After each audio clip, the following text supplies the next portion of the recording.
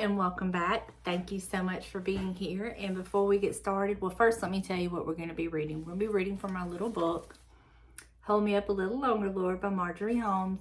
The title is A Little Privacy. For me, it's on page 16 and 17 if you want to be finding that, if you have this little book. But I just want to say thank you so much for your prayers, your support, your encouragement in the last few devotions that I put out there. It's never my intention to be down or negative or anything like that, but you know, the situation is the challenges and the devil is real, and he is out there on the attack, on the prowl, looking, trying his best to discourage the very best of us. And I think it is important that we understand we're not alone. We're not the only one being attacked. And we can be there for one another. And maybe it's not a time of attack for you, but like you're on like a high with the Lord, and you're feeling strong and just rejuvenated, and you can be there and help pick up the ones that are struggling or really battling or going through things. You know, that's what it's all about. We're to lift and encourage one another. And I wanted to just keep it real with y'all. I mean, it's real. It's real life. I don't put on any show or a game. I don't pretend that everything is perfect when it's not. There are things I do keep to myself, you know, as we all do, but I always want to be open and transparent as the Lord has me be, because I think it is so important to understand, you know, you're not in this alone. Others battle things, others go through things, and if I can be a source of encouragement, a source of strength that the Lord chooses to use to help you get through something, maybe give you an idea of a way to approach a situation. I know that I've, through different avenues and things that the Lord has put in my path, I've learned different ways of praying about situations, whatever it may be. I've learned different ways to approach situations. I've learned things to do and not do during situations. And, you know, that's all I want to do. I just want to be open, honest, transparent, be used by the Lord to encourage you and help you. And, you know, sometimes we can talk about the beautiful colors and how the Lord is just, you know, made this beautiful earth and the beautiful things in it and of it. And, you know, it can be very uplifting and motivating. And sometimes it's just heavy. And that's the only word I can come up with. It's just heavy. And if you're going through that, you're not alone, you know, but He is there with us. He gets us through it. And I have learned when I'm really, really struggling, like I've been doing these past few days, this past week, really, I you know, of course, pray. That's the first and foremost, the thing I do. Get in the Word, and then just listen to good worship music. Surround your people with people who will pray for you, encourage you. Maybe he's been through some things themselves that they can help you and testify and share some things they've gone through. There are ways to get through this and not let it beat us up. And the Lord will open those doors for us and show us how to get through. And He's right there with us. We're never alone. And that is the most important thing. Even though it can feel like we are so alone. And it's like, why me, Lord? You know, we are never alone, and He is with us, and He's always got us. So just wanted to throw that out there, and just want to thank y'all again for all your prayers. It was a tough week at the battlefield, but you know what? I'm feeling good. Everything's not 100%, but I'm so much further on this side of the battle than I was even a few days ago. So praise God for that, right? Okay, so let's get into our word, our little book, and let's see how God is going to minister to us. So, a little privacy. Please help me to achieve a little privacy, Lord. I'm tired of being squashed in with other people, eating and sleeping and sharing everything with other people. Dear as they are to me, they don't recognize my need for a little space between us. It is as if they are just all over me all the time, if not with themselves, with their possessions. Even when they're out of the house, their papers and books and toys and gear clutter every room. Even my bedroom, even my desk, and the place where I sew. And they not only drop things behind them, they raid my books and papers and possessions. Make off with my lipstick, my sweaters, my scissors, my portable typewriter, the magazines I wanted to read. I don't feel I really own a thing in this house except maybe the iron and ironing board. They don't bother with those. Well, yes, my toothbrush, maybe, but I'm not always sure about that. Lord, I realize this is probably all my fault. I haven't trained them properly, and I feel guilty about it. And the guiltier I feel, the less able I am to contend. But somehow I've got to achieve a little privacy for my sanity and my own soul's peace. An escape hatch, some small retreat, a door I can lock, a couch I can claim, a desk nobody can ransack for paper for a book report, and maybe even a phone of my own. Please fire me with the determination and the ingenuity to achieve some privacy, Lord, and the will and the words to make my family understand. Please let them cooperate. And now, having gotten this off my chest, let me also remember something. If I live long enough, I'll have privacy, whether I want it or not. There are plenty of women who'd trade places with me in a minute. Women who've lost their husbands, whose children are gone. Privacy, complete privacy comes all too soon.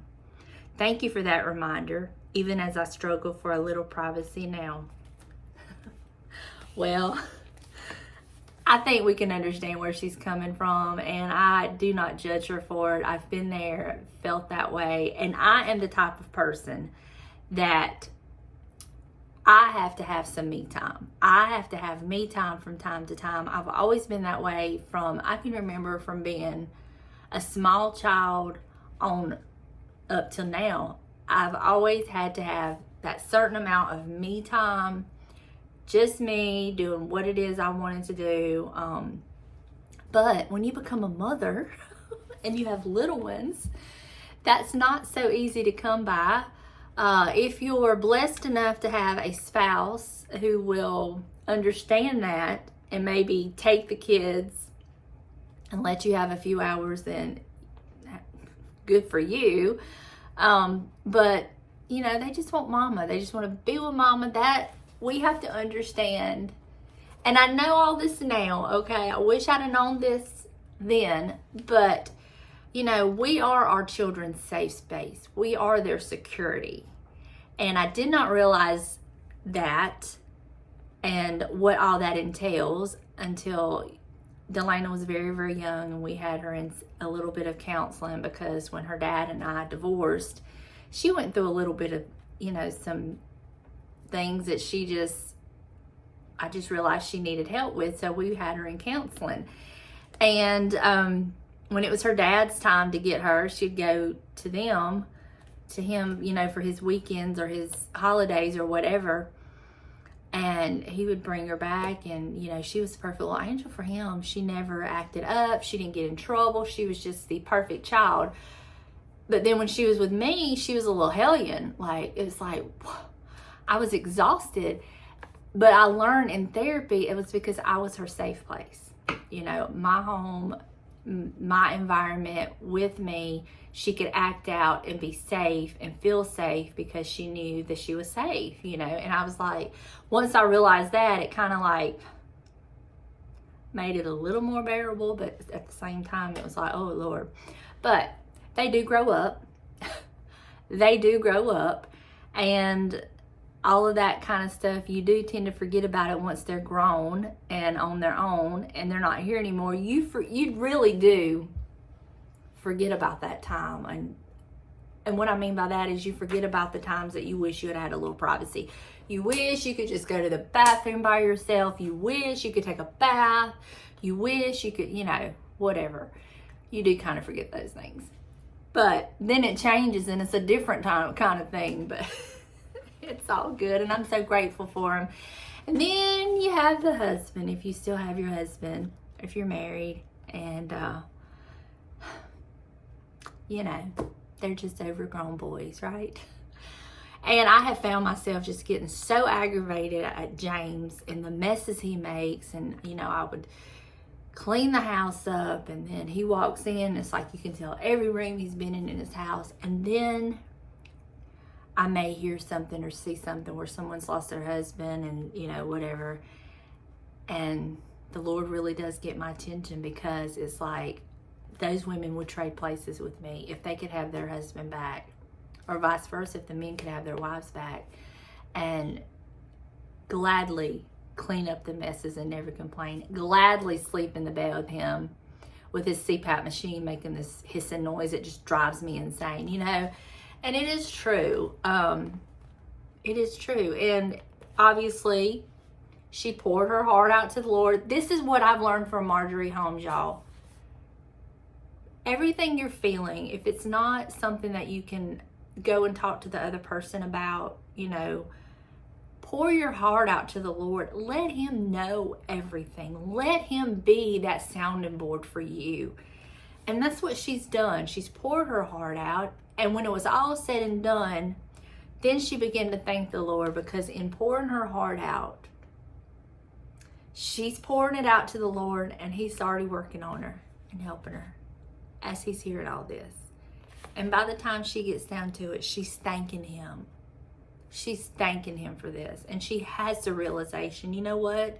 I'm blessed, because there are many people who would trade places with me in an instant if they could have their loved ones back, their children back, whatever the case may be. And that's what I love about Marjorie Holmes. That has taught me so much. If the devotions have taught me nothing else, it has taught me that. I've always poured my heart out to God and talked to him and pled my case. But these devotions have really taught me just how much it matters that we do that. And just by reading her prayers and seeing her do that, and the process, and how by the time she's finishing up with her prayer, God has already basically answered her prayer and told her what to do. Yeah, it's okay that you feel this way. Nobody can tell you how to feel. Nobody can tell you what you're feeling is wrong and it's not right, because what you feel is what you feel.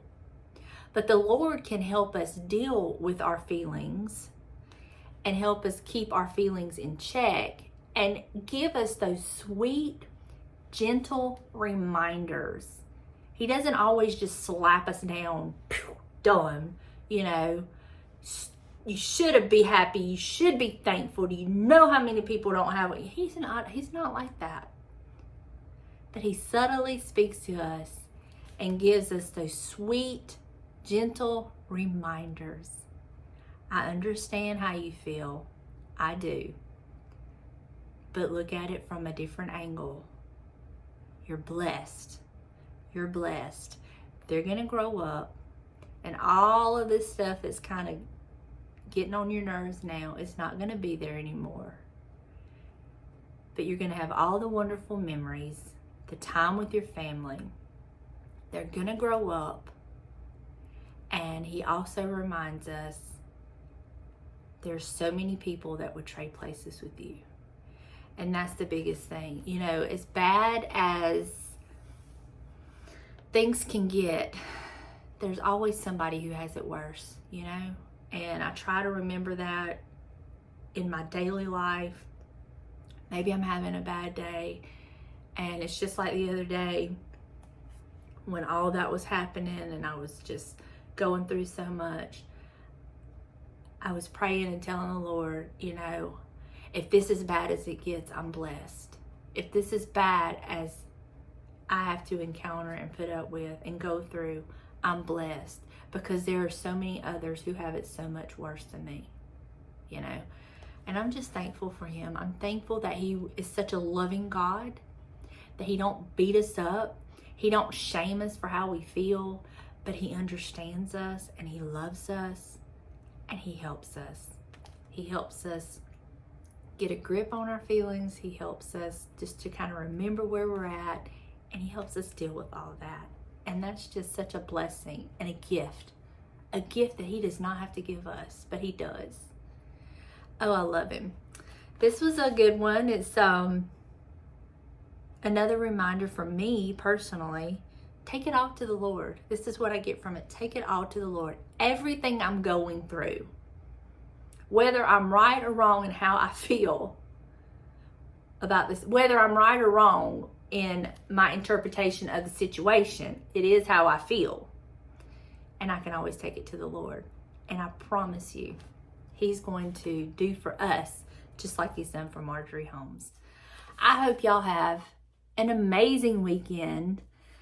Stay cool. We had a little bit of a reprieve for a couple of days, and it only got into the high 80s. But the humidity was fairly low, and it felt so nice outside, but we're back up to our upper 90s and high humidity. So stay cool, stay hydrated. I love y'all, and I will see you in the next one. Bye, y'all.